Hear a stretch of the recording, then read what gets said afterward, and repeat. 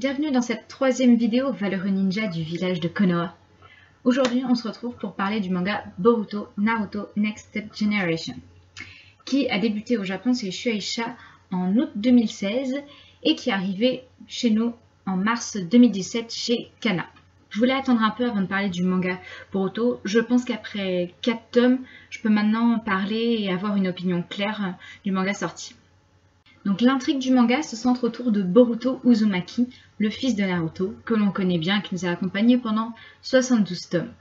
Aujourd'hui, son fils nous replonge dans le monde des ninjas et du village caché de Konoha. Le premier tome commence fort avec directement une projection sur des événements futurs sur à peu près 3-4 pages. On y voit Boruto plus âgé qui est sur le point de se battre avec un certain Kawaki au-dessus d'un village caché de Konoha en ruine. Donc à l'heure actuelle, le manga est coupé en 2 parties. La première partie comprend les 11 premiers chapitres du manga. Celui-ci met en scène la partie qui est abordée dans le film. On découvre un jeune ninja qui a du mal à supporter le fait que son père soit le Hokage et que celui-ci ait beaucoup de travail et peu de temps à accorder à sa famille.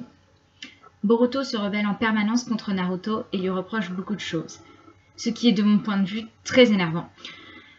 Comme on connaît l'histoire de Naruto, qu'on a suivi pendant 15 ans, on a combattu, pleuré, ri, partagé son rêve de devenir Hokage. Et là, devant nous, on a un sale gosse qui ne comprend rien à tout ce que son père a pu endurer pour en arriver là. Mais les choses s'améliorent un peu après l'arrivée de Sasuke, qui s'occupera de prendre Boruto comme disciple et l'entraîne pour les examens de la sélection de Chunin. Pendant les examens, Boruto fait une connerie tellement immense qu'on a envie de lui lancer la technique les 1000 ans de souffrance. Mais à la suite des événements qui viennent interrompre la 3e épreuve de l'examen, Boruto se rend compte de ses erreurs et commence à évoluer.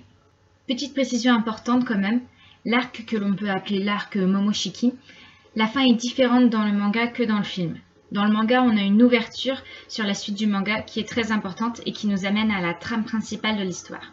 Dans la deuxième partie du manga, on retrouve Boruto qui a grandi psychologiquement et qui fait preuve de maturité et qui a décidé de se battre pour ce qu'il veut.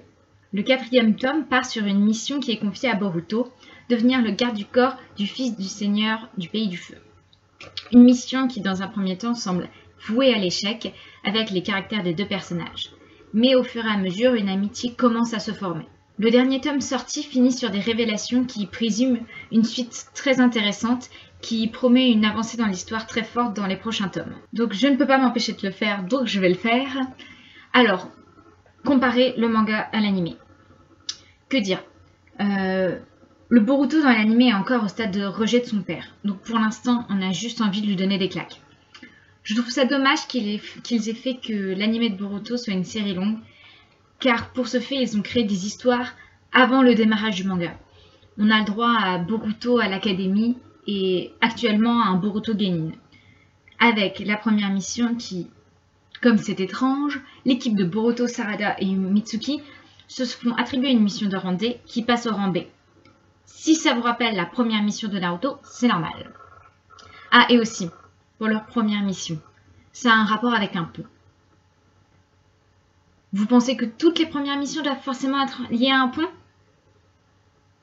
Et voilà, encore un point commun avec la première mission de Naruto. Ça fait un peu je lance la pierre, mais pour l'instant je trouve que l'anime manque d'originalité et que je trouve ça dommage vis-à-vis du manga. Je pense que s'il continue sur cette voie, il peut nous donner une histoire digne du successeur de Kishimoto. Donc voilà, cette vidéo sur Boruto Naruto Next Generation est finie. J'espère que ça vous aura plu. Comme d'habitude, n'hésitez pas à laisser un petit like ou encore à vous abonner. Pour voir ma vidéo précédente sur Yes My Destiny, c'est par ici. Matane!